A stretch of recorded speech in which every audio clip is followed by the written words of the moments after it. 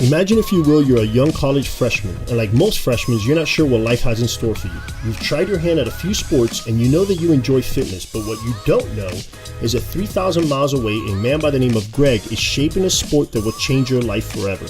This is the story of today's guest. With a 6th, 4th, 15th, and a pair of 8th place finishes in the CrossFit Games, he's arguably one of the fittest men on the planet.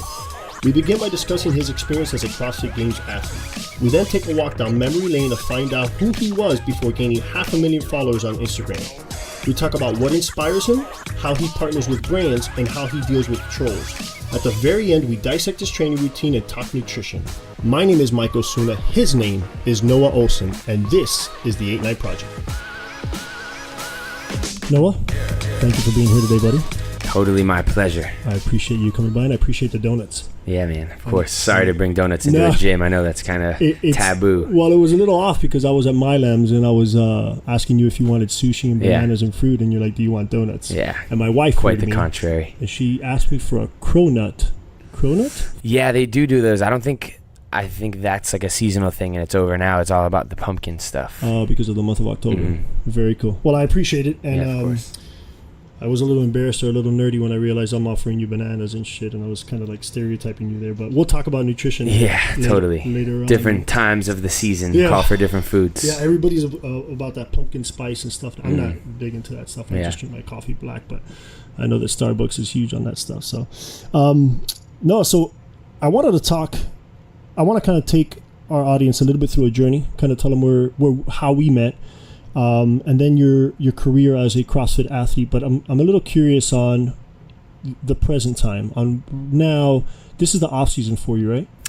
Yep. I guess post games is always a little bit of an off season. If there's any time you're gonna take a break and kind of have a little bit of fun, not have the pressure of competing and performing, it would be now. So like August, September, October-ish. Most people usually start kicking it into high gear around this time, I would say. With some other competitions around the corner, Wadapalooza and stuff like that, you got to kind of start preparing for that. Yeah, the structure of the season is a little bit different now, so I think that people's seasons are going to look different depending on which competitions they choose to do. So you could have somebody that's planning on competing in December, I think is the first one, is Dubai, and they could peak for that and qualify for the games then, and then have the rest of the season to chill. Or you could do the opposite, and I could spend way more time in the off season right now and decide, hey, the competition that I'm going to do is in June. I see. And I'm going to start training a month before that, qualify, and then go right into the games and have like a shorter competitive season that way. So. Right. And you're talking specifically now about the new CrossFit Games format, right? Picking sanctioned events where you could either qualify through the Open or qualify by placing or finishing top in one of these events, correct? So now you have the liberty of picking which one you want to compete in. Exactly. And it's a brand new structure, and it hasn't even taken effect yet. So I'm curious to see how that'll play out with different athletes having different seasons. As everybody is. Yeah. As I mentioned in our intro, you're a 5-time CrossFit Games athlete, right? Indeed. You won regionals this past year? Yep. I've won the Southeast or Atlantic region the 4 out of the last 5 years. I took second one year, unfortunately, but before that, I wasn't even taking close to second. So I don't want to talk about our past right now, but I remember watching you with the deadlift box jumps, I think back in 2012, and the deadlifts 315 pounds, and that was tough for you back then. Yeah, that kind of kept me out of my first possible games there. Yeah, I remember that vividly, but as do I, unfortunately. Or fortunately, maybe. Yeah, for sure. You learn and you move on from that. Your CrossFit, obviously your rookie year in the CrossFit Games, excitement, elatement, butterflies in your stomach. What did it hold up to your standards and everything that you expected when you went out to Carson and competed? Man, it's so funny that I think in almost everything that I've done, my expectations change as I'm experiencing the moment. And prior to qualifying for the games, I really only wanted to, I was like, I just want to qualify for the games one time, get a pair of shorts that say Ohlsen on the side and CrossFit Games on the other side, and then I'll be so happy. And I did that, and I got that, and I thought, all right, this is cool, but now I do want to do well. Like, it's not, I don't care. It's not that I don't care how I do at the games. I do want to get out there, and I want to do well. And I didn't really have an expectation for that first year at the games, but out of nowhere, kind of, I was doing exceptionally well. I was actually in first place for a little while in 2014. And then again, there was kind of that shift in perspective. And I was like, well, all right, I'm actually beating some of these guys that I've looked up to for a really long time. And maybe I belong in this position. And now, okay, I do want a podium. I want to win. Everything started to change from there. And as I've gone through different seasons and different changes in my life, my goals and expectations are kind of constantly shifting up and down. Right. I relate that back to a lot of professional athletes that play in multiple championships. So the Lakers, the Celtics, and the New England Patriots. You listen to those guys either as rookies or their first time there. They just happen to be there. They're elated to be there. They want to soak up all the festivities and enjoy it all. And then after the second or third one, it's all business. They know what to expect. They don't do the rah-rah, sis-boom-bah stuff anymore. They kind of just get there. And I could imagine that's what it was like for you the past, year 4, year 5. You're there for business type of thing. You've kind of soaked it all up, and you're just there to kind of win. Yeah, I think so. That was the way that it started. And again, I got that kind of kick in the butt that first year, like, whoa, all right, these are your new expectations. And I went into 2015 with like this big confidence boost. All right, my first year, I crushed it for what I had expected to. I came in 8th, and I was winning for a little bit. I can win. 2015, I was like, all right, I'm going to win it this year. And then, again, it's just always been a little bit of a shift. 15, it was like, no doubt I'm winning. It didn't happen, so I had to reevaluate, and I was like, all right, well, I still want to win. So same approach in 2016. And then I kind of, 17 and 18, realized, like, man, you got to just have a different, I think when I put a lot of that pressure on myself and winning was the only option and the only goal, I was always a little bit disappointed and maybe a little too fired up at times. And so that has changed over the years, is the way that I approach going into the games and where my head is at. And how would you say that the personal experience has changed? I'm assuming your rookie year, you go in there and you're looking at the folks that you look up to, if you will. How old were you your rookie year, would you say? 20? Young 20s have to be. So 2014 was my first year, and I just finished I think I was 22. Okay, so really young, right? Yeah. So you go there, and I'm sure you're looking up to some of these guys. Oh, shit, that's For sure. That's Tommy Herkenberg, like you're looking up. Absolutely. And it was actually really cool, side note, mentioning those guys' names. The 2014 actually seemed like it was kind of a change of the tide, where the big guys that were the studs for a long time that everybody looked up to and watched, that was the last year they competed. Rich Froning, Jason Kalipa, Tommy Hackenbrook, Chris Spieler, Graham Holmberg, that was 2014 was kind of their last year, maybe a couple of them in 2015, but I was so glad that I got to experience competing with those guys that year. And then it seemed like 15 kind of change of guard, I guess is the proper phrase, but it was now a bunch of the newer, younger guys, and some of the older, more like household names of CrossFit had transitioned out. Right. And so now you're one of those quote unquote veterans. You're those older guys. Yeah, that's right? so crazy to think about. I don't know, like the way that I looked at all those names that I just mentioned, I can't imagine somebody looking at me that way, and I don't know if that's the case, and it may be, and if it is, that's crazy to me. It's hard to imagine, but yeah, it's a cool spot to be in. I would definitely say it is a 5-time CrossFit Games champ, and you win the Open 4 out of the the regionals 4 I wish the 5-time CrossFit Games champ, not yet. I'm sorry, 5 times CrossFit Games athlete, you win the regionals 4 out of the 5 times. So definitely there's people that look up to you and admire you, and this is a little bit of the story that I want to share with me meeting you and how we met. For sure. Because I think it'll inspire a lot of these young athletes. Before I get off the CrossFit Games topic itself, I have to ask, Carson or Wisconsin? Both have their perks and downsides. If I had to choose, I think it's actually a relatively easy decision.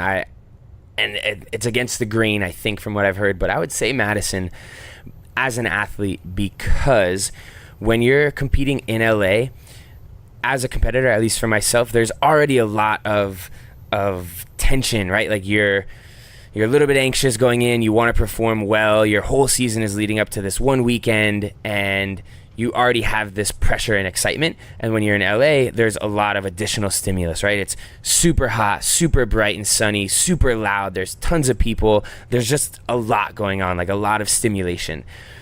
As a competitor, that can be a lot and kind of like fry you and zap you over the course of a long, exhausting week. in Madison, the environment is different in such that it's calmer, quieter.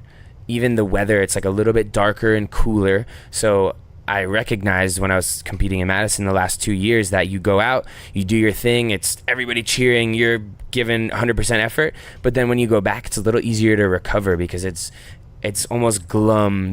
Last year it was kind of rainy and gray, and that's easier to like shut your eyes and get a little bit of rest in there, and easier to handle and breathe throughout the weekend than when there's things zooming by at 100 miles an hour out in LA. Yeah, I mean, on the spectator side of it, we were there in 2011 as a team, and I was there as a coach. Right. And then the years that I've gone after has been more on the spectator side. Yeah. I haven't gone to Madison since they launched it over there, but I do know that California is a huge distraction, even with our team itself. You know, you're in California, you're in LA, so the restaurants, the sightseeing, the parties, it becomes a little bit of a distraction. Even without all that stuff, like that's an additional, but seriously, just the elements themselves of LA, like the weather, like the noise, like the amount of people, those are all things that even when you're focused and you're not partying or going out and going to certain restaurants, like that's still a lot. And Madison doesn't have as much of that. So yeah, there's definitely way more happening in LA from a non-choice perspective that's forced on you, and then you have the choice to do a lot of the other crazy stuff. But in Madison, there's neither. It's kind of like you can just focus on doing your thing all weekend. And good. Yeah. Good. So I want to tell the folks a little bit about how we met. And we met via email initially. I had just launched Formula X, my supplement company, and I wish we had this email. Nobody could find it. You can't find it. I can't find it. I asked Francisco to see if he could find it. It was what I find great about it and inspiring is that you, in this email, you basically scripted what you were going to do. And you are the first athlete to email us, and you were a no-name. You must have been 20 years old. We're thinking 21? College kid? Yeah, probably right around there.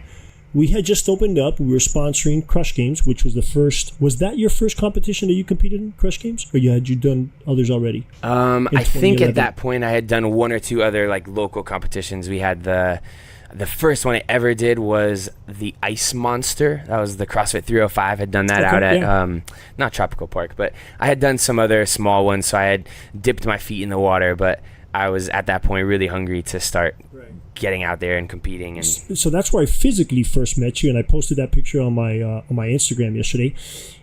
But you wrote out this email, and it was very well written, and it seemed like this hungry kid that just needed some support to get him the goals that he had set for himself. And one of the goals, obviously, was competing and winning the CrossFit Games. And I wish I had that email because I would love to post it so my audience and your audience could read what you wrote, because you basically drew a map of how you're going to get there. And how did you find it? No. There were some other like correspondences from 2012 regarding back in the days, stuff like that. But so I find stuff like that. One, it's incredible that somebody actually wrote out what they're going to do and then do it, right? Because everybody has dreams and aspirations, and at that point, you're not the Noah Ohlsen that you are now. Right. So all you really had was a belief in yourself, and probably a supporting cast of people that believed in you.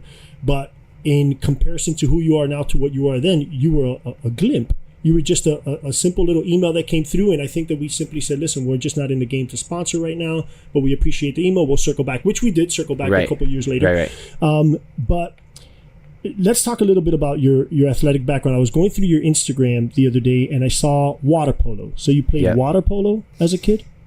Not necessarily as a kid. That was more of a transitional thing that kind of happened in high school, because lacrosse was actually my main thing throughout my childhood, and that was what I thought I wanted to go to college for, maybe play professionally. I like all in on lacrosse.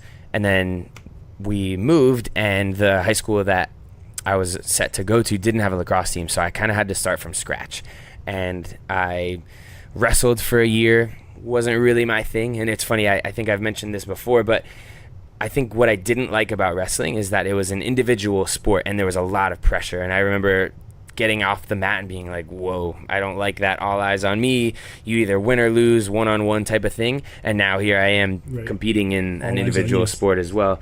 But then I swam for my high school swimming team, kind of got into water polo then as well, and then swimming and water polo were my thing for the remainder of high school, and then a couple years into college I played club at Clemson and UM. And high school was where?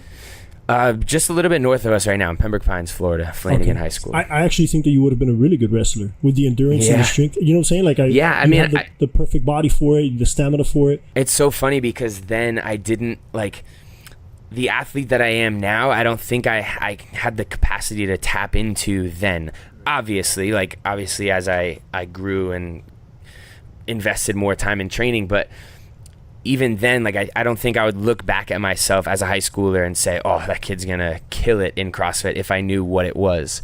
And I remember we would even do like conditioning days, which is basically what I do every day now, and I didn't enjoy it. Like, it's so funny to me to think that that was a preview of what I'd spend the next, whatever, maybe 10 years of my life doing. And back then it was like, whatever, we just got to get through this. Right. And here I am. It's my passion. And was there any sport that you were training for that kind of brought you upon CrossFit? Were you doing anything when you found CrossFit, or how did that moment come about? It was kind of by chance. So I had gotten into my freshman year of college. As a college freshman, every guy wants to get jacked, right? You want to be able to show off at the parties, whatever it was. It was all aesthetic based when I got into training, because that just is how it was.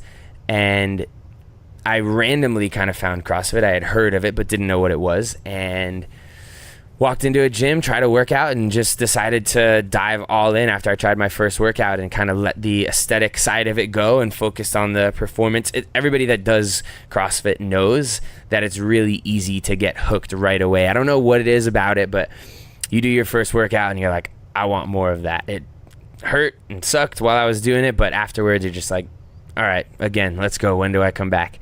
So that kind of happened to me, and it was all very random by chance that I happened to find a CrossFit gym, try it out, really like it, and here 10 years down the road I'm full time. It taps into this primal instincts that we're searching for struggle and pain, and things are so easy nowadays. And not to get a little philosophical, but I think that we need that as human beings. We need some type of challenge. And if you're sitting at a computer all day long or just studying, and that's some sort of mental challenge. But I think that accomplishment triggers something primal in us that we continue searching for, and then the better you get at it. And then I'm how tall are you? 5'7". So 5'7". I'm 6'3". You have some. You got a couple inches on me. Yeah. But I will say this, and I talk about this all the time. You start talking CrossFit or CrossFit Games, especially if one of my coaches beat me, I look at their stats. I tell them, listen, you're 7 inches shorter than I am. You know, your bar Advantage travels this. That's right. We could talk about this till we're blue in the face, and we talk about it all the time. But when you pair something up that all of a sudden something's triggered in you, that you enjoy it, and then you become good at it, and you're seeing progress the more and more you do it, just continues to inspire you. You know, totally. A lot of, like most things, when people plateau and then they don't have the motivation behind it, they give it up. If they're not good at it, they give it up. You know, you usually lend yourself to something that you're good at, and I think that's what kind of clicked with you and clicked with some of these all-star athletes, is that it kind of meshes in. You know, you mentioned the changing of the guard. When you look at some of those older folks, the Chris Spielers to the Tommy, right? You look at those guys, they're not your quintessential CrossFitter. Like Chris he's short, but he's also not very heavy. Right. And the Tommy is maybe just a little bit too big. Right. It's that fine balance, where you kind of fall in line with, where Fraser falls in line with, that now they're the perfect body type for this type of thing, you know? So we got lucky, kind of. Right. You kind of follow a sport, which will lead me to my question now. You know, I talk about CrossFit all the time, and Greg Glassman. And Greg, everybody in this industry needs to thank Greg Glassman for what he did. And I don't mean on the cheesy side of it. I mean literally, Greg started a movement in industry that has given so many people opportunities just to make a livelihood, right? Absolutely. So I don't know if I would even own a gym if it wasn't for CrossFit. I had a a strength and conditioning program. I had a business prior to opening an actual location. But what led me to team up with Nick and open a location was CrossFit. Look at the amount of CrossFits out of the world. I don't have to spit that out. Anybody who's listening to this probably knows the history of CrossFit. But t-shirt companies, Rogue, these are folks that we would never hear of, right? So if Greg never existed, right? Let's pretend that Greg was, doing accounting for some firm, right? Where would you be right now? What were your dreams and aspirations? Yeah, that's a great question. I started thinking about it as soon as you mentioned that, and I went to school for exercise physiology and got a master's degree in strength and conditioning, and I imagined that I would be doing something in that realm because I really did enjoy fitness and like physical performance. So whether it was a strength coach for a college or a professional team, I think that was kind of where I saw myself going. I don't know how that would have played out, and I'm thankful that I don't really have to envision that road. Maybe I'll end up there someday, put the degree to work, but I definitely am very grateful that I kind of fell into this thing that has now become my livelihood and something that I'll be able to do in some regard for the next quite a bit of time. Yeah, Rob and I just recorded a podcast regarding careers and the careers that come from these opportunities given to us. And people look at fitness, exercise, and they think right off the top coaching or gym owner. But there's so many other endeavors that you could still be related. Social media, website design, project manager, event manager. Events that we're close to, Crush Games, Wadapalooza. For sure, agency, whatever. You could something still be involved in the fitness world, right? But not necessarily just be a coach. I actually think that you would be a great coach because I think that you have both. You have the academic side of it, you have the experience side of it, and you also have the name. And sometimes there's an old cliche that says those who can't coach. I'm sure you've heard of it before. Yeah. I think you could do both. Yeah. There's a fine line between being a great player and being a great coach. I had both in college. I had Coach Cox that was not a very good athlete, but goddamn it, he was a great coach. Yeah. He understood the philosophy of the game and he knew how to communicate. Then I had another coach that played in the NFL for a couple of years and was a Pro Bowler and just wasn't a very good communicator because he was such a talented athlete. He couldn't see why we couldn't do the things that he could do. Yeah, he would get that frustrated.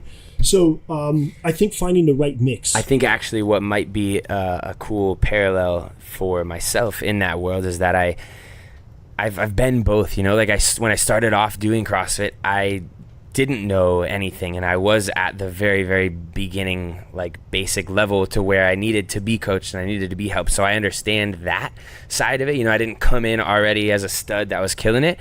And I feel like I might be able to relate to people on that level, but then I also have gotten myself to a higher level in the sport. So I kind of have that knowledge and expertise as well. And I did enjoy coaching a ton. I was coaching at Peak for a long time. I haven't in a little while, but I love just interacting with people and helping people in some way, shape, or form. I think is going to be a big part of my future. It's something that I'm becoming very interested in nowadays. Yeah. What you do now, training for the CrossFit Games, year in and year out, and then obviously handling the brand, if you will, the Noah Ohlsen brand, reaching out to media companies and, doing partnerships with sponsors and other brands. It takes a lot of time out of your day. And I believe in order to be successful, you have to make some sacrifices in time. Totally. What sacrifices are you giving now that if this didn't exist, you'd be spending more with? Yeah, I mean, a case of that just this past month, I had some travel planned and I didn't really think too much of it. I'm always a little bit hesitant to leave home just because I love my girlfriend Joanne and my dog Max, and it's tough to be away. But I had planned a few trips, and when I was on one of them that was a little longer than the other ones I had coming up, my girlfriend Joanne texted me, and maybe with the intent of making me feel a little guilty, maybe not, she said, "I don't know if you know, but you're actually gone more days this month than you are home." And I was like, oh, ouch, damn, that made me feel bad. And I did realize that, all the things that I'm doing, I'm not just going to like have fun and explore and do crazy things. It's all for a purpose, So the trips that I had, one was with the ROMWAD team. They took everybody out to Hawaii, and we got to participate in the Ultimate Hawaiian Trail Run, which is a big charity event they have out there. So that was kind of work because ROMWAD wanted me to go represent their brand.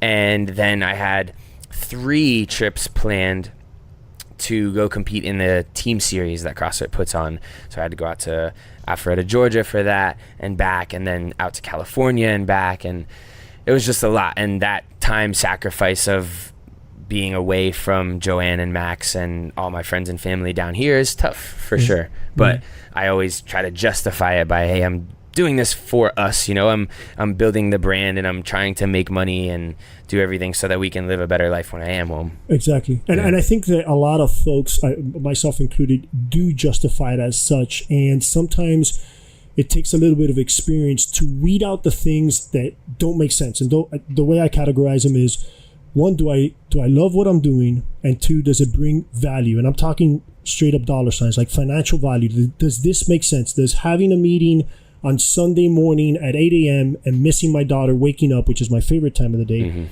does it make sense? Does it touch on those two parameters or both? If it touches on both, even better. But if it touches on at least one of them, then okay, then this is the day that I'm sacrificing to be there. And I'm sure that in your position, you get faced with this a lot. And it takes a while for you to figure out, as opposed to early days where I'm just going to take on everything. Right. And how long have you been with Joanne? We've been together for about 5 years now, yeah. Okay, so just about right when you started your CrossFit Games. Yep, for the most part. I think she went to the 2013 regional, was her first regional that she came to support me in, and that was the year that I didn't quite make it, but then every year since, she's been there with me to support you. That's good. And does she travel with you often, or if she has the opportunity to go with you? when we had the time to and it made sense to, we would do a bunch of travel together, and we got to experience a lot of really cool things. And that was actually a very tough decision that we both had to make recently, where she was saying, all right, I've got to make this decision now to invest in myself and figure out what I want to do for the future. And she was very interested in going to PT school. And before she applied, she realized, hey, this is going to be a big commitment for the next 3 years. Very rarely am I going to get to travel with you and take advantage of all these opportunities. And we were both like, I absolutely wanted to support her, and I wanted her to have her thing and go for it. I didn't want to say, hey, don't do that. I want you to be with me. Obviously, though, a little part of both of us is like, man, that kind of stinks, because had she not been in PT school, she would have been able to go with me to Hawaii, which would have been awesome. But I'm so happy that she has dived into PT school, and she's loving it and doing really well. So that's a sacrifice on her part, you know. She's chasing her dream and not able to go to these cool places to go travel with me right now. Maybe in the future we'll still both get to do some of that, but it's kind of fun and enjoyable that we both have our thing that we're doing, not necessarily separately, but like I've got my CrossFit, she's got PT school right now. We both have to grind and work hard for those. And then at the end of the day, we come together and support each other when we can on both of those. And I think that's so important that you guys are balancing this out, because what you don't want is resentment. Right, and you for don't sure. want somebody to sacrifice their whole entire life, and then let's just say a couple years down the road saying, I didn't do what I was pursuing to support you, and look at the position that I'm in now. So even though it's tough right now being apart, I think that you eliminate that resentment side of it by supporting one another, balancing it out as much as you can. Okay, you missed this trip, but you'll be there for the next one. So, and I'm sure that on that level, she's extremely proud of you as you are of her. Absolutely. Let's talk real quick about the social media aspect, because you're great on social media. You're very interactive. You talk to folks. You're on your story a lot. I'm sure your sponsors love you. Do you guys have any rules when you're together when it comes to having a phone? Do you guys respect each other's space when it comes more her to you when it comes to social media answering? Has that been a distraction to you whatsoever? No, we found balance with that as well over the years, and we still are. Like sometimes I'll spend I just kind of get distracted and I'm on my phone, and it bothers both. Like I'm sure it would bother anybody if you are sitting trying to talk to somebody and pay attention to them and they're on their phone. It's kind of like, hey, hello. And it'll happen to both of us where I'll say something to her and she's on her phone, and then I like ask a question and she doesn't say anything. I'm like, hey, what do you think? And she's like, what? Can you repeat that? And I'm like, no. And I'll do the same, like back and forth. So we're definitely trying to find the time. Like when I know that I'm going to go be with her, I want to fully be with her. Like the other night I was pulling up to the house, she was already home. I had to get one thing done rather than go inside and do that thing in front of her and like be with her but not really be with her. I sat in the car for an extra like 2 minutes, quickly sent out the email that I needed to, put my phone away so that it could just be she and I at home. So I mean I try my best, and She helps me with some of the social media stuff. She's got good ideas on that. So it's more fun than anything, and we both see the benefit of it. Right, and I think that's important, is involving her. You know, and I try to involve my wife as much as I can on the business side of it. You know, right now she's helping them raise the 7-month-old, but I try to involve her as much as I can in the business side of it, not overwhelming her, but so that she feels that she's part of you know, this endeavor as long as we're. So I think that collaboration is important for both of us. So 5 years now, 5 CrossFit Games appearances. I remember back in the days when I would play football, as much as I loved the sport, sometimes it was tough to wake up and go out there and grind and hit and so on and so forth. And I would argue that I found football a lot more fun than I find CrossFit. These workouts hurt so damn much. Yeah. Football's something that I was good at and naturally good at. I have to work at CrossFit. So are there days, as much as you grind, that you wake up and just you don't have that fire? Do you take that day off? Do you look for inspiration? If so, where do you find it? How do you mentally prepare for day in and day out of training? There are definitely days where there are both. There are feelings of the fire. You wake up and you're just ready to go and your body feels healthy and you go get after it. And there are days when it's supposed to be a full training day and you have low energy, or what I experienced a lot this year, which was kind of strange to me. I was up in Alpharetta, Georgia, training every day at Training Think Tank headquarters, and Travis Mayer was there, a training partner of mine, and I would wake up and look at my programming and I would get nervous about it. And it sounds kind of silly, but I'd be like, man, I know that's going to be hard, and just go into the gym kind of like, what's the word? Like I don't know, my personality was kind of dulled down and everything was being blanketed a little bit by my nerves of the session. And I would work through it, and then usually by the time I kind of got warmed up and got into it, I was good and the ball would be rolling. But I definitely have experienced that. I would say personally that I've never been the one, unless it's really bad, like unless I'm injured or exhausted or there's something that's on the outside of just normal everyday being tired, where I'll shut it down. For the most part, if I'm tired, I'm kind of like, well, you gotta push through it. You know, it's your job and you're gonna be fine. Like, you're gonna get through it. If it's an extreme situation, then maybe you'll work around it. But for the most part, I think that what we were talking about a little bit earlier, finding like your motivation and what drives you to get into the gym. We hadn't spoken about it, but I was starting to think about it when you said that when you're good at something and you get a little bit of the affirmation of that it makes you want to do it more. I think that I got a little bit of that when I started CrossFit. Like, obviously I wasn't great, but I picked up on some things quickly, and whoa, that kid just did a muscle up in his first week, huh? He could be pretty good. Oh, he understands the kip on day one, like, And I liked that, and I was like, oh, that's cool. These people, I'm getting a little bit of recognition, and so let me kind of keep chasing that, and then that just kind of escalated, and the better I got, the more affirmation I would get. And so I think that was kind of an easy way to get myself into the gym, because I was like, all right, you want to be great and you want people to recognize that, well, you got to go work for it. You know, you're not that yet, so get in the gym and prove it and show it. And you have an opportunity today to do something cool and lift a certain weight that is going to be able to impress people and is going to be able to take you to another level in your competitions and stuff like that. So it hasn't really ever been difficult for me where I've woken up and been like, oh man, gotta go to the grind today, you know? This season actually is maybe the first time that maybe because of the changing of the season structure, to where I hadn't decided, like usually it's games are over, rest a month, get right back to it, something like that. Yeah. This time it's been like, all right, well, I don't really know how the structure of the season is going to go. I went all in last year, training right before the games, like 5-a-days, living by myself in Atlanta, training really hard, eating dialed in macros, sleeping a ton, like everything was training for the 2 months leading up to the games. And so I think because I was so in it then, now that I'm out of it, I need to be out of it a little longer. Like, what's the equal and opposite reaction thing? So it's been September, and we're just at the beginning of October, where I'm still like, my coach is very good at checking in with me, Max Alhaji. He's like, all right, I think we should start adding a little bit of structure back, but if you're not necessarily ready to get back to the grind. Like, I'm not starving to get to work just yet. And that doesn't worry me because I know that I will be, and I know that I still have the same goals, but it's just not time yet, you know? Like, I've got plenty of time. I'm letting my body rest a little bit. I'm letting some of the energy and fire build up and just enjoying training, and still in more of like an off-season phase right now. Yeah, you said something earlier about recognition. I think there's two types. There's internal and external recognition. Obviously, internal is you accomplish your first muscle up within a week, and I would say that that's athletic aptitude. And I would be the external guy going, hey, listen, let's foster this kid a little bit because he has something with us, right? And we look at our members in the same fashion. Right. Right now, your external recognition, I could obviously see I know your dad pretty well. We ran into him not too long ago.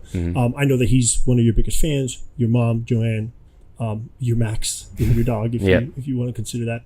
I would imagine that the guys up at Training Think Tank are the same way. I'm sure being coaches, they're hard on you with some things, and they give you recognition on the other. Outside of that circle, is there a group of people, be it social media or ex-high school friends, that you look for support, you look for some recognition, you think of, I'm trying to make these guys proud? Does that source, does it mean something to you when these guys are like, man, you're doing a hell of a job, even if it's just somebody that you don't know on social media? Yeah, that's got to make you feel good, right? Yeah, it has started to a lot more lately, where before, I think the last few years, it was all about that really tight circle and making those guys proud. And it still is. Like, that's my primary source of pride and joy is making those guys proud and feel good and letting them love on me and vice versa. But this year actually was one of the first years that I feel like, for whatever reason, people, the general population within CrossFit, kind of got to really know like the real me. And honestly, I'm still getting to know the real me myself. Like, I'm changing and growing, and my perspective on things changes, and what I think is important is changing as I grow and get older. But I think that I got a genuine interaction with CrossFit fans this year, whether it was on social media or actually at the games. And so that was really enjoyable for me, for people to give me praise on my character as well as my performance, outside of just my performance, because my character, I think, was not quite as clean cut as it could have been in the past. Like, and you've known me for a long time, and maybe, I don't know if it was like this just in like the Miami circle, because everybody knows that there was that world for a little bit, and then also outside of that in the big general CrossFit world. But we talked about it earlier. You said something about, what did you say? Sorry, I keep saying we have to edit all those out. I'm just kidding. Man, I totally lost my train of thought. Give me 1 second to back up to what that was. It seemed like you were going down the road of the external recognition of folks backing you up. Yeah. And talking about whether these folks support you or not, and your character and how people perceive you. And I like the road that you were going down. Okay. Yeah, so that was one thing that you actually mentioned earlier with the email that I sent you. Right. When you said that to me, that I sent you this email outlining like what I'm going to do, right. I kind of chuckled at that, because that could almost come off as a little arrogant, right? Like 100%. Who is this kid predicting that he's going to go to the CrossFit Games and win the CrossFit Games? So even from the outside looking at it now, I think, man, that was maybe a little silly of me and maybe a little arrogant. But I think for a while before I achieved those goals, I had to almost give myself this false confidence.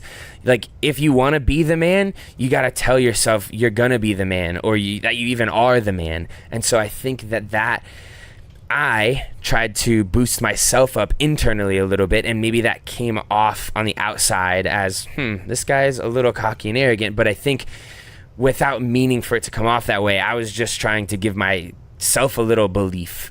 And it's interesting, because now I am very comfortable and confident in my own skin, and so I don't need to like foster this false sense of belief. It's just there, and it's natural. And I think people see that now, that I can just be myself. Yeah, self-fulfilling prophecy. I talk about it to anybody that listen to me because I truly believe in self-fulfilling prophecy. And I talk to my son about it, and my coaches, and my wife. And if it basically is the premise of, if you believe you're a loser, you're going to be a loser. If you believe you're a winner, you're going to be a winner. Yeah.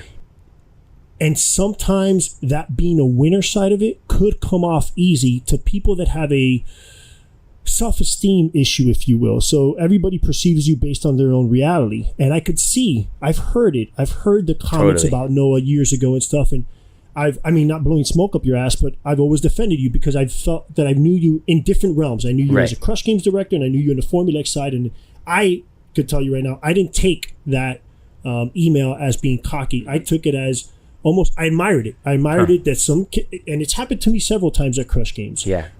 Younger kids that competed in the novice or the scale division said, "Hey, Mike, next year I'm coming back as a pro," and all that. That's the dreams and aspirations that they have. And if they could continue, sometimes people's dreams are a little bit too big, but God damn it, if you're not dreaming, then what the hell are you doing? You got to reach for the stars and hopefully hit the moon. Right. So I could see how that comes off that way. I could see how people had the perception of, Noah's a little bit arrogant.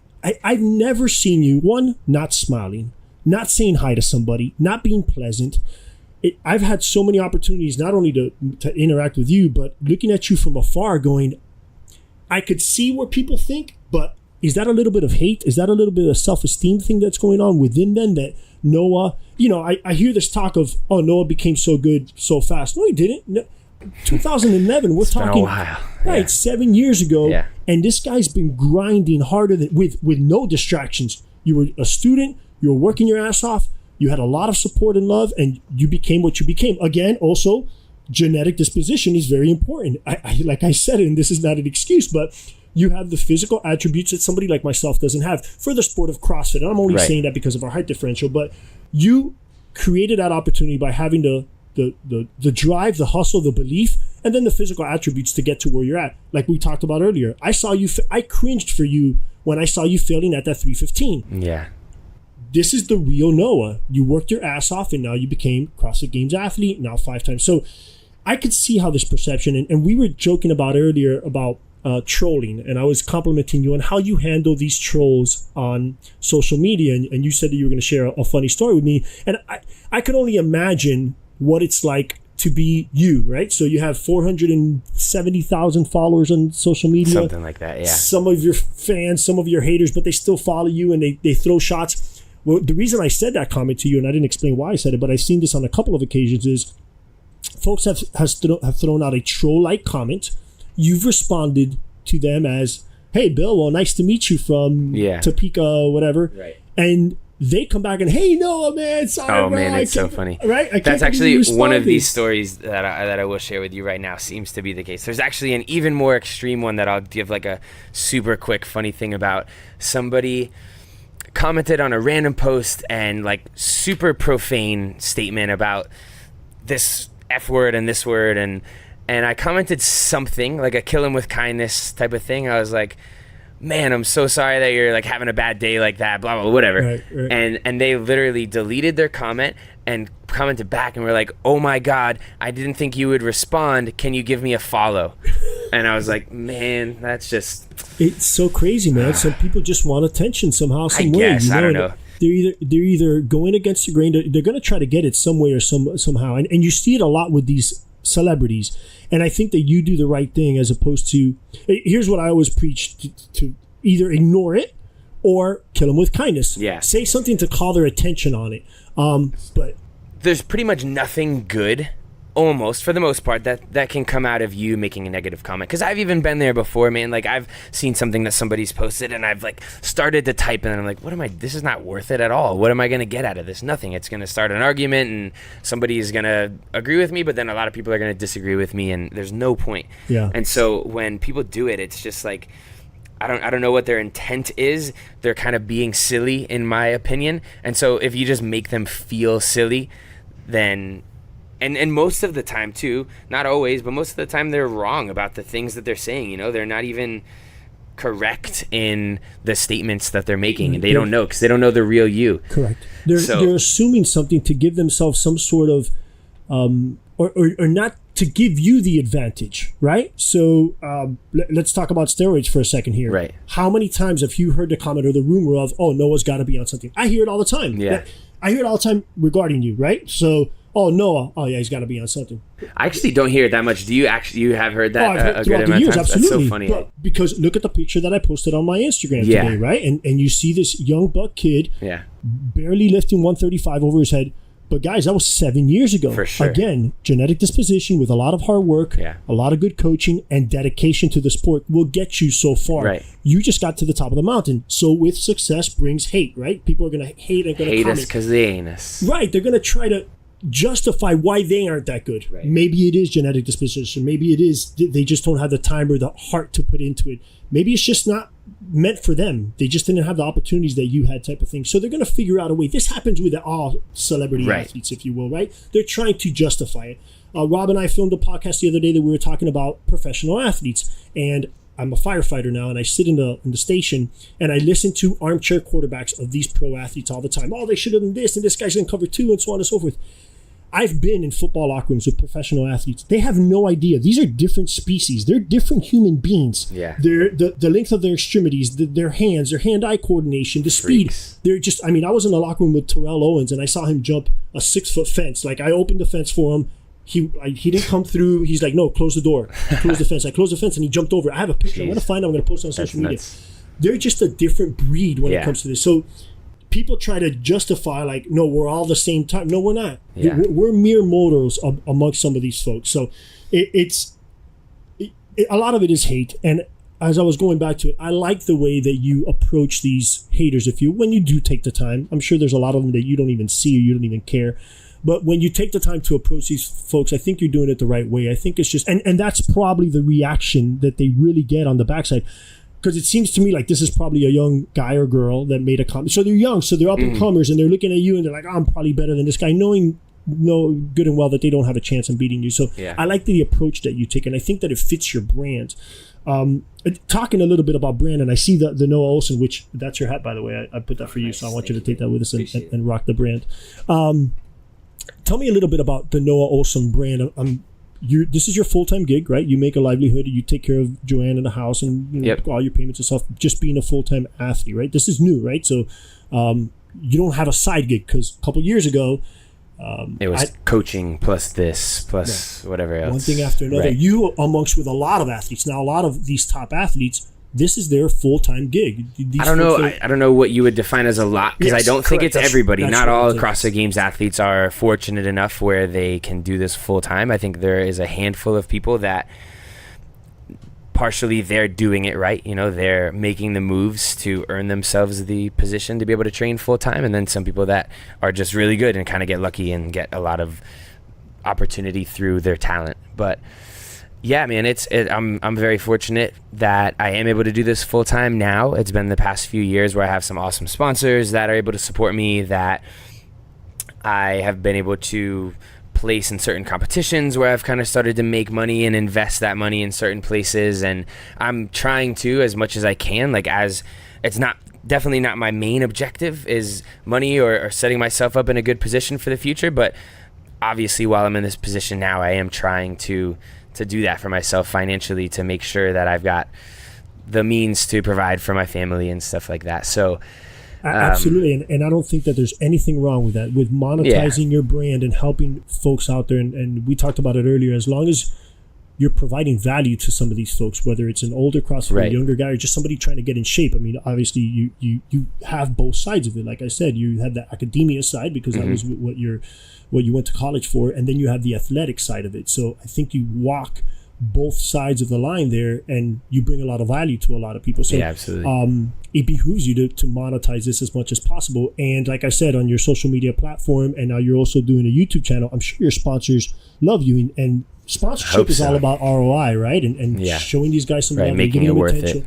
Right, raising their audience level, and moving some products that you believe in, and so on and so forth. So I think that you've done a good you've created a good foundation for that. I think that YouTube and we discussed podcasting earlier about this. I think these are the platforms that you should probably continue to take advantage of. The hat, the Noah Ohlsen hat, right? That's what I'm looking at, right? Yeah. So it's for sale. There's a website. you have a brand, right?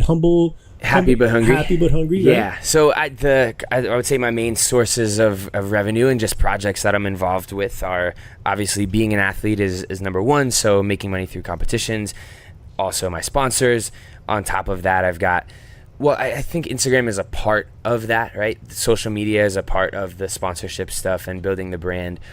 And I decided to invest a little bit more time in YouTube, and I enjoy on a small scale, I guess, entertaining people and inspiring people on Instagram with those posts. And I realized you can do that even more on YouTube, where it's the full videos. You give people like a little bit more of a behind the scenes look. So I hired a guy full time to do that. Actually just signed a deal with him this morning. So we're going to be moving forward and creating a lot more content there. And then I have my website. My personal website is just Ohlsen.com, where same thing. I just want to provide value on there, whether it's blog posts, informational stuff, inspirational stuff, people to get to know me a little bit better. I did open up a little merchandising side of that, and I have fun designing those little things. So yeah, I've got the little NO logo that my buddy Pedro Tumo, who's local, helped me design. I'm related to him, by the way. Oh, no way. Yeah, my nieces are the Tumas, and so he's their cousin. That's so funny. I was just with him at a family gathering. I didn't know that. You just said that. I didn't even know that he did that. World. Yeah, small world. Yeah. Uh-huh. So Pedro did the design on this one. I'm actually gonna launch the hat. It's not on the website yet, but the hat and then a t-shirt are gonna go with it. Similar. I think you might get a kick out of it. It's a simple t-shirt just like this, and it has the logo on the front, which my initials are Noah Ohlsen, N-O. That's kind of got a little bit of a negative connotation to it, which is not me at all. So on the back in big bold letters, it's going to say YES period, just yes on the back. So very cool, right? Yeah, a couple other fun designs coming out on that stuff. So, and that's just another way, yes, to make money, but not the primary objective. Kind of just enjoy making products like that people enjoy and seeing them kind of rocking it in their everyday lives. So that's another source of value that I'm trying to add and then receive in my life and brand. On the sponsorship side, I can only imagine that it's difficult for you to pick the brands that you want to be associated with. And we have a little bit of history of that. A couple of years ago, I turned to you and I was like, no, I'm ready to sponsor somebody. We were sponsoring Lauren Brooks at the time, and I wanted a male. And you did the right thing. You're like, Mike, let's cut the equation here. Like, I don't want to ruin the friendship. Talk to my agent. I love your product, but talk to my agent. Yeah. You have the conversation with him. And at the end of the day, it was just a little too much for us to afford at the time. But I got to imagine that it's quite difficult. You must be hit up a lot of times for sponsorship, and whether they're giving you goods or monetary value. Do you sit down with your agent and say, look, this is what I think I'm worth. These are the type of companies that I'm trying to align myself with. Or does he come to you and go, hey, Noah, look, I just got an email from this company the other day. What do you think? Do you want to talk to them? There's no conflict of interest here. They're a Thai company or so on and so forth. How does that back end work? It's a little bit of both. And we've been developing it over the years and kind of developing the numbers and the value and all that stuff. And I think it just gets more fine tuned as we go and the more people that we work with. And we've had the opportunity to work with some really cool big brands, and you get to see like the insides of a company like Gillette and what they're capable of and what they're interested in doing, and that's been a lot of fun. I think that we definitely have the potential for some more really cool stuff as we continue to grow there. But more than anything, it's just been fun to take products that you love and actually use all the time. Like for real. I used to, when I first started, I was in a couple of relationships where, not that I had to take them, but I was kind of like, yeah, this is kind of cool. I need a sponsor, so I'll promote that, but I'm not actually using this every single day. And now I feel like I've aligned myself with stuff that I really do use all the time. And so that's nice to be able to not only get that product because you are using it, but then also to be paid for that and then to promote it to people. It's just super easy. Like, hey, Noah, I'm just getting into CrossFit. What's your recommendation on the best CrossFit shoe? For the past 5 years, I've only worn the Nike Metcon. I think it's awesome. It works for everything. Like, it's easy to hook somebody up with that. Or I'm looking to put on a little bit of size. What do you do? Well, X-Works makes an awesome carb and protein product, and I've been taking those for a while. And I don't know, it's easy and it's fun and enjoyable, and then you see the people start to take it and also love it, and I think that's rewarding also. Yeah, there's a leverage switch here, right? And any athlete that's starting off, you don't hold the leverage right now, and once you become popular and you complete the things that you set out to do, now you hold the leverage, and you could turn around to a company and you could turn around and say, no, listen, I don't believe in your product. Yeah. I only just, grass-fed meats, if you will. I want to align myself with a grass-fed meat, Strauss or something like that. So as you say it, my head gets stuck sometimes in the fitness industry, but you're right. You're talking about Gillette. You're talking about, there's so many other brands that you could align yourself with. And I look at your popularity in the CrossFit community, but there's a whole other side of the fitness industry. Yeah. And I threw some names out, some of that you knew, some that you didn't know, of these social media influencers that bring value and that have these sponsorship with companies that you wouldn't even think, like I said, a Thai company, things that you wouldn't think are associated with fitness, but these people see your demographic, they see your numbers, and YouTube is a great channel to show data. I was just going to mention that I think there's a lot of really cool opportunities while I'm still doing CrossFit, yes, and then even more so when I kind of step out of the competing full-time realm to where I can do these really cool projects and videos collaborating with certain people and other like big-time influencers. And I actually just had this idea the other day, and this is the first time that I'm kind of putting it out there, so it'll be interesting to hear people's feedback on it. But I just had this idea. I don't know if it'll pan out, that when I'm done competing in CrossFit, I want to kind of have this 5-year plan where I feel like my body is physically capable of kind of adapting. It's very adaptable, and whichever direction I steer it, I feel like it can go. And so I want to experiment with that, and I'm going to take a year, or I'd like to, at least this is my idea, take a year to focus just on individual sports. So year 1, dive in only to Olympic lifting. Eliminate all CrossFit stuff, just do Olympic lifting, do a meet at the end of the year. Year 2, transition into the powerlifting world. Just get super strong, deadlift, back squat, bench press, all that stuff, do a meet there. Year 3, bodybuilding, get jacked, get shredded, like experience those worlds 100%, whereas now I do a little bit of everything, and I want to know what it's like and what I can do if I committed to one side of that training. Year 4, triathlon, do some like heavy duty endurance stuff. Year 5, I haven't decided on, so I was thinking about maybe getting a vote if anybody has any ideas for what they'd like to see me try out. I just think that's a cool concept, and that if people are able to follow along on that journey through YouTube, and I'll be able to collaborate with guys that are experts in those fields and worlds, I think that's something that could be really fun in the future. I think that's super interesting, and I would vote for the 5th one to be some type of BJJ, right? You have a wrestling possibly, background, right? I'll get my ass kicked for a while, but you learn from these guys, and especially that collaboration side of it. And one guy that we mentioned, Lane Norton. Lane Norton, if I got my timeline correct, he was a power lifter and then tried bodybuilding, and another popular guy is Mark Bell, right? Mark Bell, also totally. Powerlifter turned turned bodybuilder.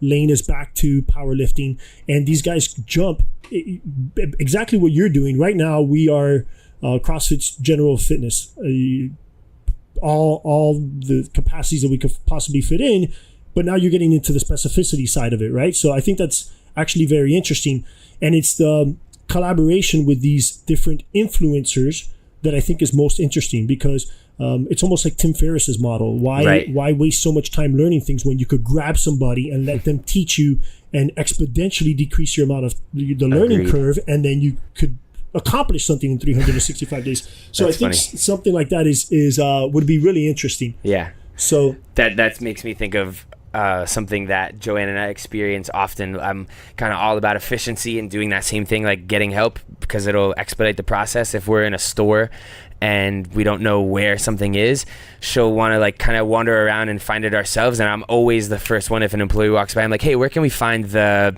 apple cider vinegar? And they're like, oh, you just go right there. And I'm like, okay, now we know. And she's like, you don't have to always ask for help, we can figure it out. And I think that's actually usually the opposite of like, isn't it like the manly man is like, I got this, I don't need help. But I'm like, no, it's just going to be way quicker if we ask somebody that knows. Why waste your time? I think that Joanne does it probably like my wife does it. She just wants to walk around the store and see different things. Maybe she can. Let's get into a little bit more specifics, and I'm trying to give the audience a little bit more perspective when it comes to your training, your diet, your sleep habits, and so on and so forth. So let's talk training specifically here. So in contrast to off-season versus in-season, and you can maybe talk a little bit about how you and Max define that, how many days a week are you training now, off season? Right now in the off season, I'm kind of going by feel. Like when I don't have a set amount of days, like I'm gonna train Monday, Tuesday, Wednesday, Thursday off, Saturday, Sunday. Friday, Saturday on, Sunday off. That's what I usually do. I usually do 3 on, 1 off, 2 on, 1 off. That's in season. Right now, kind of like Monday, I finished up the team series with Travis, which we ended up winning, by the way, which I was really pumped about. Thank you so much. And then I took Tuesday off. My neck was super stiff. I didn't feel like doing anything.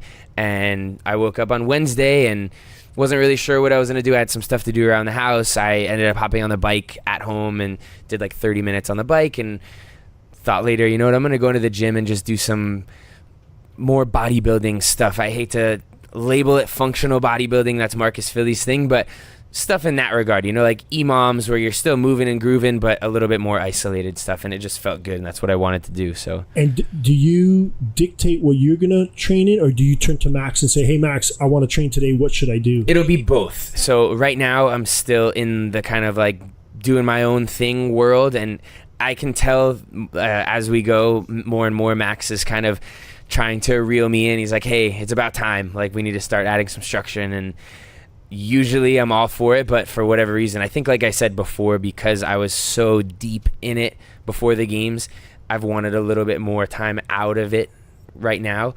But Max is kind of like, all right, well, if anything, let's start slowly. I'll give you 3 sessions a week and you can kind of fill in around those. And then in a month, we need to be like full-time back on it. So when I am in season, when it is back on it, that's usually, like I said, 3 days on, 1 day completely off. People always ask about the active recovery day. Like, hey, do you go run 6 miles or bike and do this and that? Question, right? No, I don't. You know, a rest day, I think, should be an actual rest day.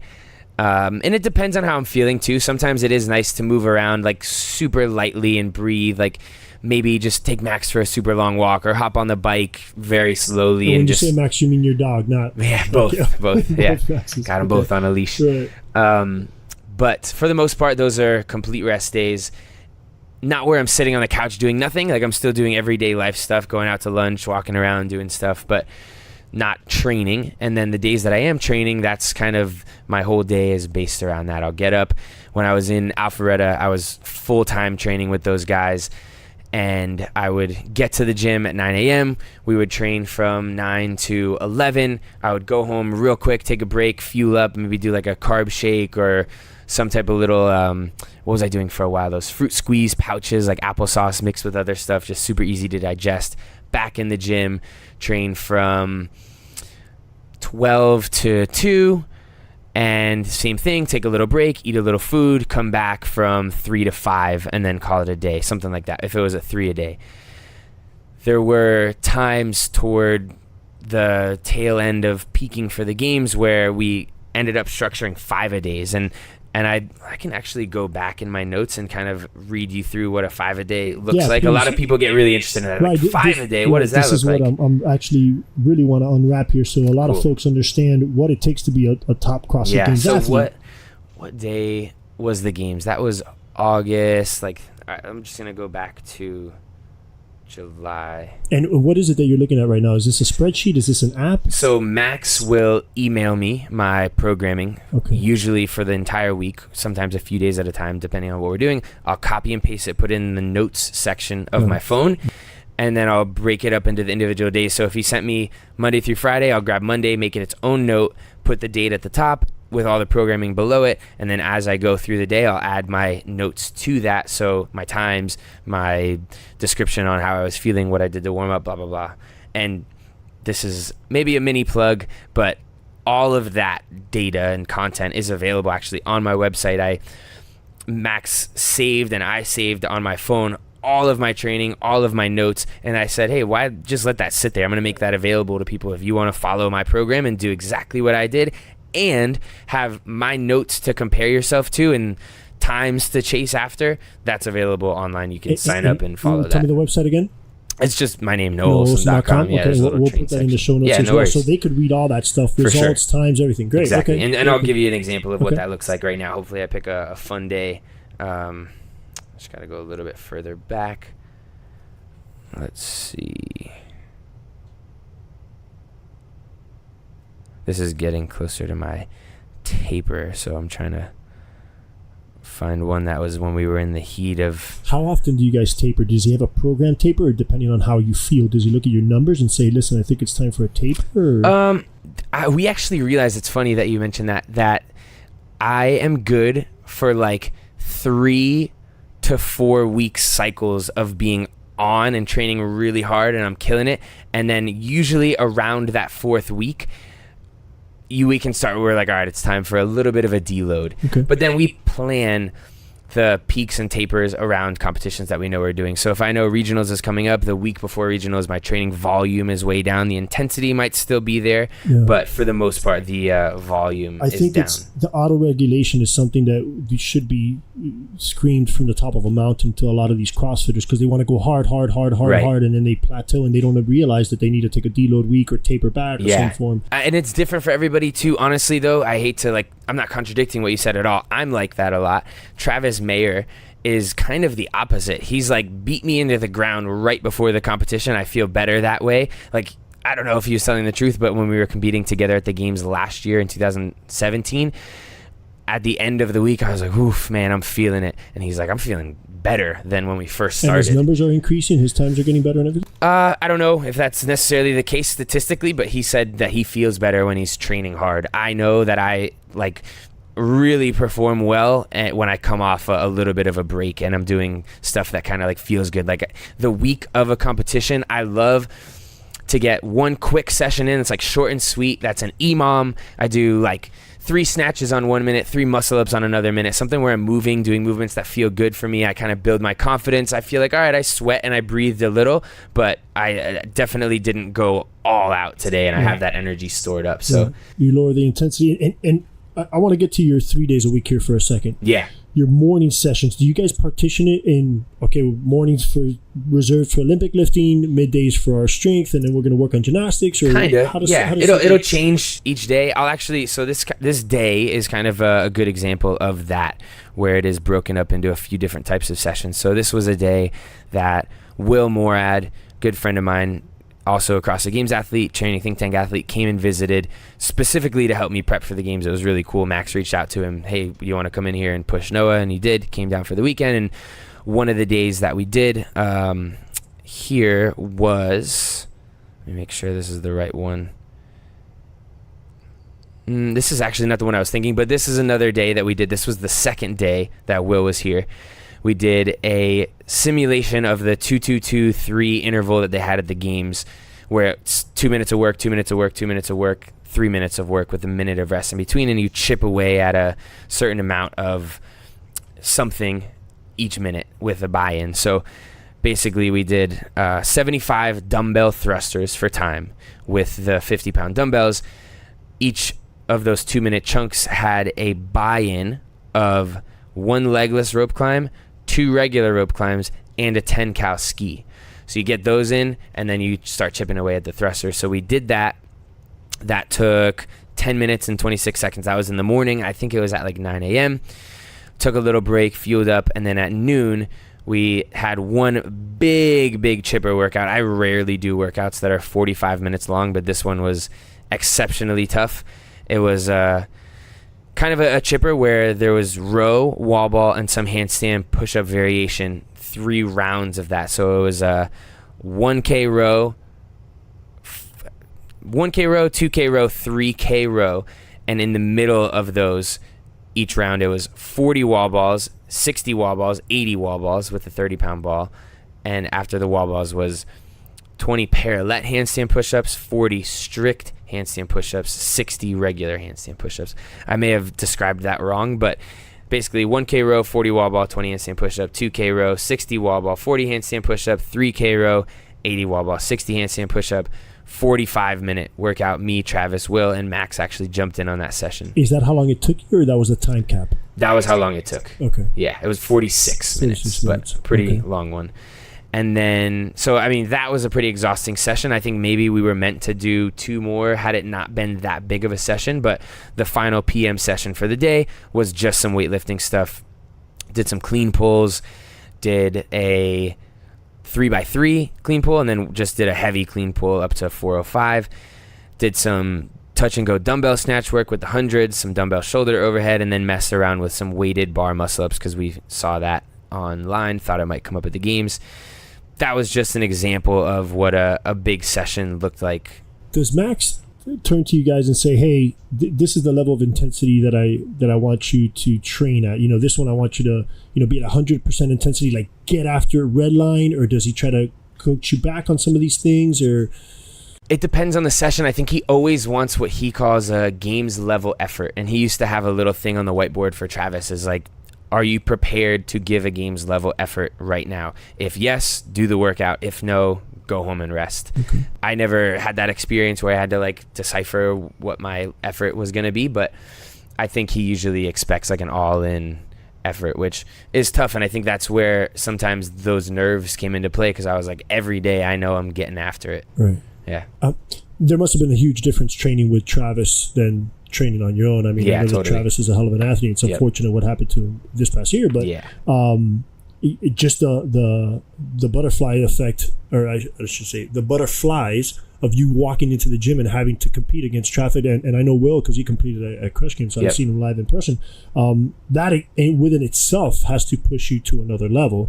I think that you have not you, but people in general sometimes could play to the level of competition, even if it's in a training session. So having somebody like that push you makes a big difference. Back in the days, you had Guido, but Guido kind of focused a little bit more on business. So moving up there, you believe, is obviously the wise choice. Yeah, I think that was the purpose of being up there, was that level of competition. And that's where the nerves came from. Before, when I would train at peak, I wouldn't really feel those nerves because I was going in and it was all on me. Like if I wanted to bring it, I could bring it, but I didn't have to. Up in Alpharetta, like I had to bring it every day because those guys were going to bring it too. Nobody wanted to be the last place guy. So there was always that element of competition, which is maybe not healthy all the time. It could end up being too much. I know I've had other experiences with training partners where like, all right, we can only train together a couple days throughout the week. Otherwise we're just going to both burn out. So I think it's fun to have some bro sessions mixed in there where you're still with that guy and you guys are pushing each other, but it's not competitive where somebody's winning and losing, because that can be a lot on your psyche. Personality wise, did you and Travis mesh? We did, which is funny because we're very opposite personalities. Like I'm a very happy-go-lucky, kind of always feel-good vibes. I like that style of music. I like that kind of like brightness and light and positivity. And Travis is, he's also a very happy and kind and nice guy, but he is fueled a little bit by like darkness and anger and rage and people like doubting him. He uses that a lot more, and we were able to make it work, and we've won the team series together the past 2 years in a row. So obviously competing together, we do really well. And then when we're competing against each other, I think we just push each other. So we've got a good friendship now. You just said competing together. Are you ever, the thought of entering a team aspect of it, maybe towards the later part of your, like Rich did, does that ever caught your interest? It's fun, for sure. And I think maybe there is a little bit of livelihood that can be made out of it. But I think the focus for both of us, Travis was just asked the same question recently, and immediately he was like, nope, we're both still chasing that individual goal, and I think the opportunity will always be there.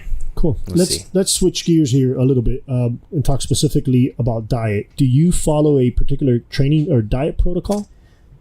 I never really did. I always kind of ate generally healthy. And this year, actually, in training was the first year that I went all in on macros and was tracking my macros. I had set numbers every day, was using my FitnessPal, and would make sure that I ate as much as I needed to before I went to bed to hit my numbers. And I liked that. I liked the structure of it. It felt good to be able to accomplish that at the end of the day, to say like, all right, if I didn't have a great training session, at least I know I did what I could on the nutritional side of things. It definitely takes a little bit more work, although for people that are maybe considering starting to track their macros, it's pretty daunting at first. Before I started, I was like, oh man, what a mission. And the first maybe week or two, it is, but once you get adjusted, it's so easy, it's so routine that it was not an issue. I've fallen out of it since the games. I haven't tracked yet.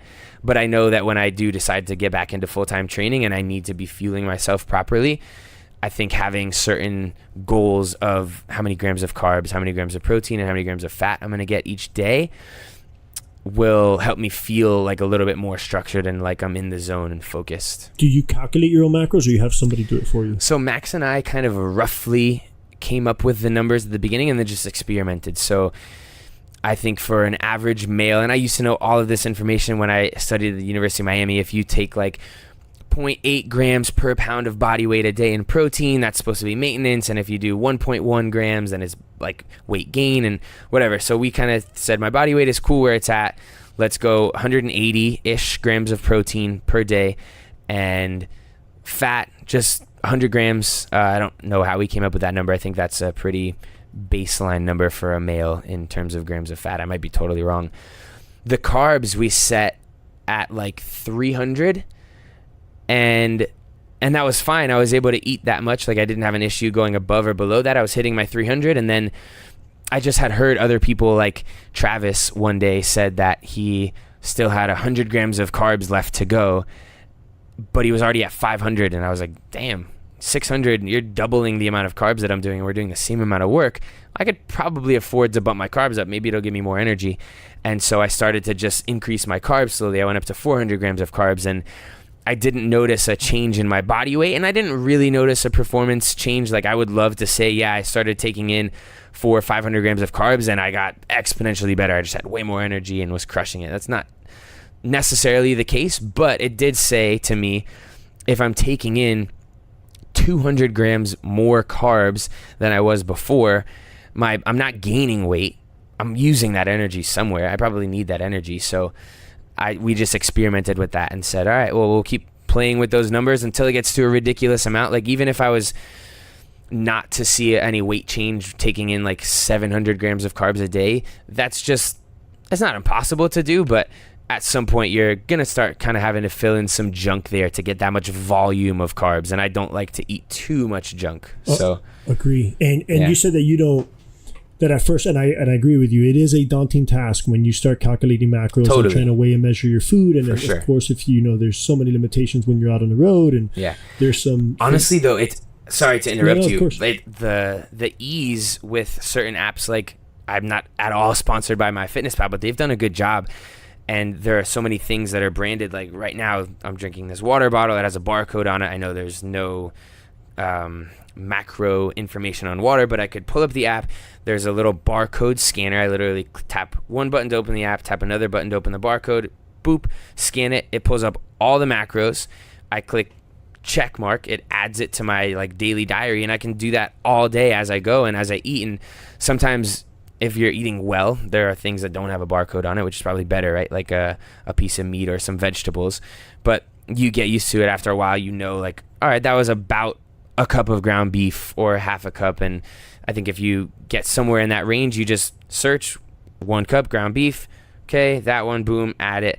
And then it even starts to build a library of foods that you've used in the past.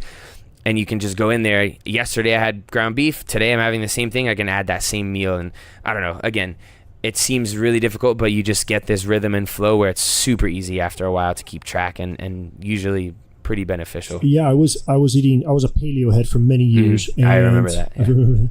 And I ended up deciding to throw in some safe, quote unquote, safe starches back into my diet. But I wanted to do it strategically and calculated. And I reached out to Lindsay that owns Macro Stacks. And she wrote me a prescription. She wrote me a general outline of what my macros should be like. Yep. And I actually started performing a little bit better, but leaning up. Yeah. My goal is always to gain weight but not get fat. Yeah. And I started leaning up. I started putting on a couple of pounds, but getting leaner. Yeah. And I realized, not just because I realized it, but because of all the research and the things that I've attended, Paleo FX and Ancestral Health Symposium and so on and so forth, where people were saying, listen, carbs aren't what we've demonized in the past, at least these safe starches, especially the way that you're training. So I started seeing some great results, and I completely went all in onto this macronutrients, calculating my calories along with protein, carbs, and fat, and using MyFitnessPal. Yes, there is a huge learning curve in the very beginning, just like you were explaining now, even just with MyFitnessPal itself. But after 2 2 or 3 months, I didn't have to track anymore. And if I would turn around and do a 3 or a 5 day audit and write down everything that I ate, I was very, very close because you know the amount of chicken that you're supposed to eat. I could look at it just kind of becomes routine. Yeah. I listened to Matt Chan talk at Wadapalooza in their seminars, and he was talking, I believe he owns For the Win training or one of those companies that also follows, and he was talking about intuitively eating and kind of look at using the palm of your hand. Right. And although I agree with him, I think it'll be a little bit more precise if you start off counting calories and macros using some sort of app. Yeah, and definitely. Then saying, okay, I've done this for 30 days. I pretty much know because I've gone through all the gamuts of meals that I'm going to eat, breakfast, lunch, and dinner, and snacks. So now I know how much I could, and I could maintain my weight now by just intuitively eating. But if I want to increase my weight or lean down, boom, I jump right back on it. Yeah. Get very specific on it. It's very similar to what you did. Did you see a noticeable difference from all the years that you did not track to when you started tracking in performance itself? Would you recommend it to an up-and-coming athlete that tells you, listen, my training is on point, and you probably agree with them, but I'm not tracking any food. I just eat what I feel like eating. Yeah, I felt like it was a bit of a silly thing to let that fall by the wayside. Like anything that is in your control, if you're truly trying to be the best in the world at something and capitalize on all aspects of that, then that's something that's in your control that I think, even though it's tough, like, suck it up, you got to do it. So I think for that, yes, it's important. I think if you're just trying to get fit and do some stuff, you don't have to get that specific with it all the time. Like, it is nice. If I've seen a lot of people have success with tracking their macros specifically to lean out and lose weight, for sure, with like the Working Against Gravity, the Macro Stacks, all those guys. I think they do a great job of helping people get on track that have never really paid attention to it before. You know, they're like, oh, damn, I had no idea I was way under eating. I was only getting in 20 grams of fat every day, and they start eating more food and leaning out and looking really good. And they're like, whoa, okay, at least I brought some attention to what I was doing and what I can do now with my food. I don't know if that necessarily answers your question, but I think it's important, and at that level of athleticism, if somebody's serious about being the best in the world, or at least competitively, they need to check off all the boxes. Training being one of them, nutrition being another, unless you're a God-given athlete, but those are outliers. They don't walk around all day long. So, I mean, there are those NFL guys that eat fast food all the time and are still crushing it and have 12 packs, and you hear about them all the time, and then I pose the question is, okay, but what if they did actually eat correctly? How much better could they be? So they're losing that opportunity, but because they're so gifted and touched by the hand of God, they don't necessarily need to follow it. Where somebody like myself, that I'm not that gifted, needs to take every advantage that I possibly can, which leads me to my last question when it comes to your protocol is sleep. Do you pay attention to sleep? Do you have any sleep hacks? What does your sleep routine look like? I guess I have a couple things that you could call a hack that I don't necessarily think of as that. It's just things that have, again, become routine for me. I think at first it's a lot of like experimentation with your food, with your sleep, with your training that eventually become your routine because you see what works and what doesn't.